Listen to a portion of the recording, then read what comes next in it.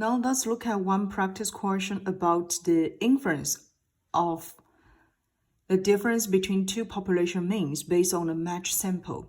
So this question says the Align Corporation is trying to determine whether to purchase machine A or machine B.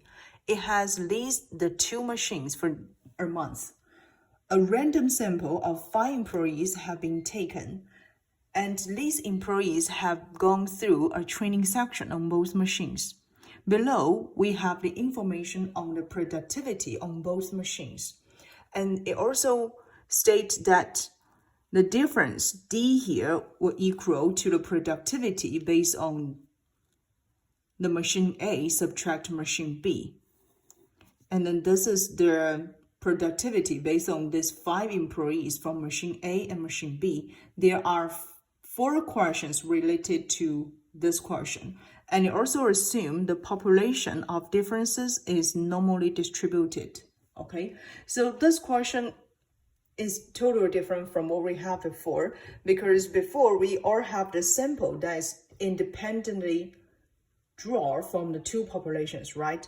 But now, those samples, those 5 employees, we call them as the match sample, okay? So here, before we solve for this question, let me just review what we have learned about match samples in chapter 10, okay?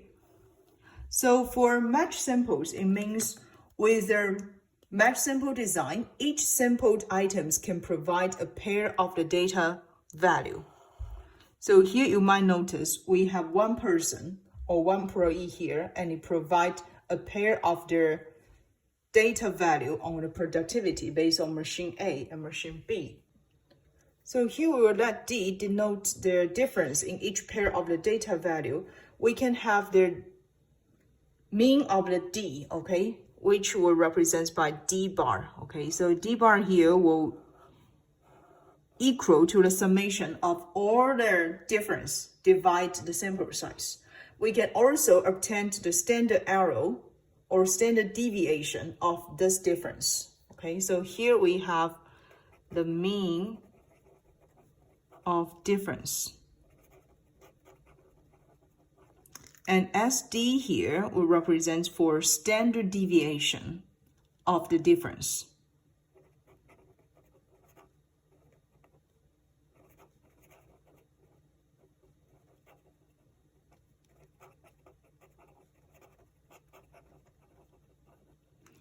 Then we can also obtain our test statistic, okay? So we'll use t-test statistic equal to D bar subtract mu D and then divide the standard deviation, divide the square root of the sample size. So here mu D is the mean of the difference in the value for the population, okay? So based on this t tested, we will use the t distribution, and then we can also obtain the degrees of the freedom. So the degrees of the freedom here will equal sample size subtract 1. For the hypothesis test of the mu D, we can either have the one-tailed test or two-tailed test, okay? And within the one-tailed test, we also have the lower-tailed test, which will have the non-hypothesis as mu D large or equal 0, and then the alternative hypothesis will be mu D less than 0. For the upper-tailed test, we have the non-hypothesis as mu D less or equal 0, and then the alternative hypothesis will be mu D larger than 0. In a two-tailed test, the non-hypothesis will be mu D equals 0, and alternative hypothesis will just mu D doesn't equal 0. We can either use p-value approach or critical value approach help us to do those hypothesis tests. Now let's look at part A. So part A wants us to develop the non and alternative hypothesis for lower tail test, okay? So for part A, we would let mu D represents, okay, equal to the mean difference of productivity rate between machine A and machine B.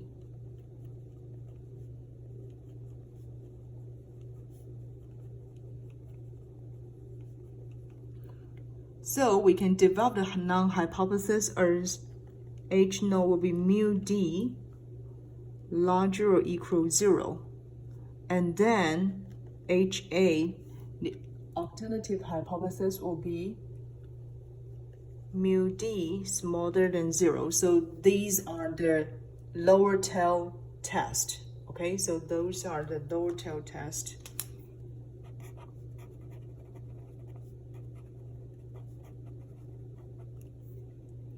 Now for part B.